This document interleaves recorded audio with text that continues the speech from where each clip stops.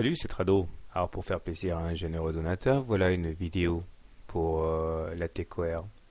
Alors la valeur en unité de temps hebdomadaire est bien orientée, hein. Nous avons ici chaque bougie qui correspond à une semaine de cotation et en hebdomadaire on voit que la tendance est fortement haussière. En fait, pour être un petit peu plus précis, nous sommes toujours pour l'instant soutenus horizontalement par un support à 6,8 euros qui correspond au plus bas de la semaine du 10 janvier.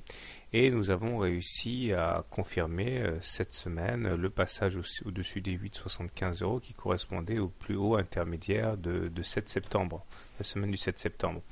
Et après quelques tergiversations, la semaine du 17 janvier, la semaine dernière et cette semaine, nous avons donc confirmé notre clôture au-dessus de cette résistance qui sont maintenant donc une histoire ancienne.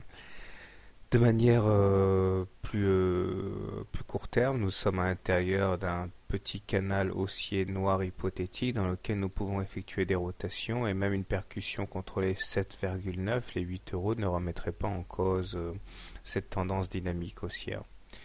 Ce qui m'intéresse surtout, c'est la présence d'un triangle ici en marron. Et ce triangle est une figure chartiste assez connue, hein, puisqu'une fois que nous avons cassé un triangle, l'objectif se calcule en reportant l'amplitude du drapeau l'amplitude du triangle au-dessus du point de cassure. Autrement dit, voici l'amplitude du triangle. Et si on reporte l'amplitude de ce triangle au niveau de l'endroit où on a cassé, on aurait pour objectif, dans un premier temps, les 10,7 euros. Bon, ça ne veut absolument pas dire que nous irions les chercher directement sans pause, mais si on traite cette figure, et tant qu'on n'a pas cassé le triangle à la baisse cette fois, cet objectif des 10,7 euros est celui qui reste le plus crédible. De manière encore plus générale, nous voyons que nous sommes au-dessus d'une moyenne mobile à 20 semaines qui est haussière, hein, en vert ici. Et comme nous sommes au-dessus d'une moyenne mobile à 20 semaines haussière, ça signifie que nous sommes en tendance haussière.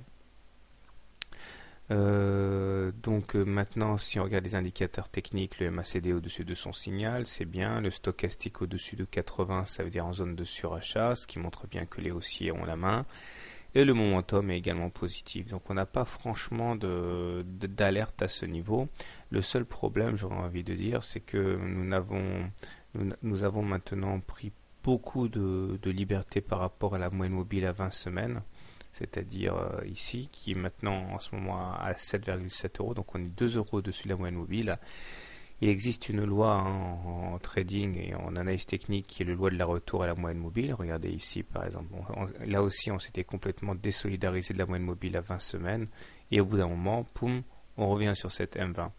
De la même manière qu'ici, hein, dans le sens inverse, hein, on s'était éloigné de la moyenne mobile à 20 semaines mais par le haut, par le bas, et puis au bout d'un moment on la touche. Donc il n'y a rien d'ésotérique par rapport à ça. La loi de la loi du retour à la moyenne mobile est une évidence, hein.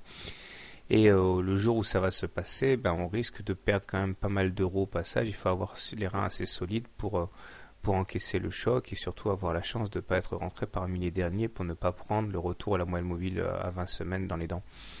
Mais bon, sans tirer de plan sur la comète, la tendance est haussière puisqu'on est au-dessus de la M20 haussière. En journalier maintenant, on voit que nous avons une configuration assez intéressante aussi. Bon, nous sommes au-dessus de la moyenne mobile à 20 séances, donc toujours en tendance haussière.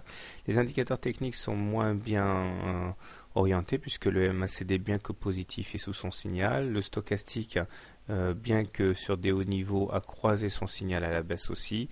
Et le momentum vient de basculer négatif in extremis cette semaine. Ça ne veut pas dire que la tendance soit baissière, puisque comme je l'ai dit, la moyenne mobile est en dessous des cours, mais nous voyons que nous sommes en train de dessiner une figure en drapeau. Alors, de deux choses une, soit nous cassons la figure du drapeau, c'est-à-dire en l'occurrence ici le fanion par le haut, et dans ce cas l'objectif, comme d'habitude, c'est le report du mât au moment où on casse la figure. À savoir, l'objectif serait donc d'aller chercher les 11 euros à peu près, très bien. Soit on n'arrive pas à casser, le fanion du drapeau donc par le haut, et là on est parti pour faire des rotations. Mais enfin, bon, pour l'instant, simple consolidation d'une forte impulsion haussière. Donc voilà, l'analyse est terminée. Tendance moyen terme haussière, tendance journalière consolidation de la précédente hausse. Tout ça me semble pas trop mal pour la suite. Bonne soirée, bon trade, à demain.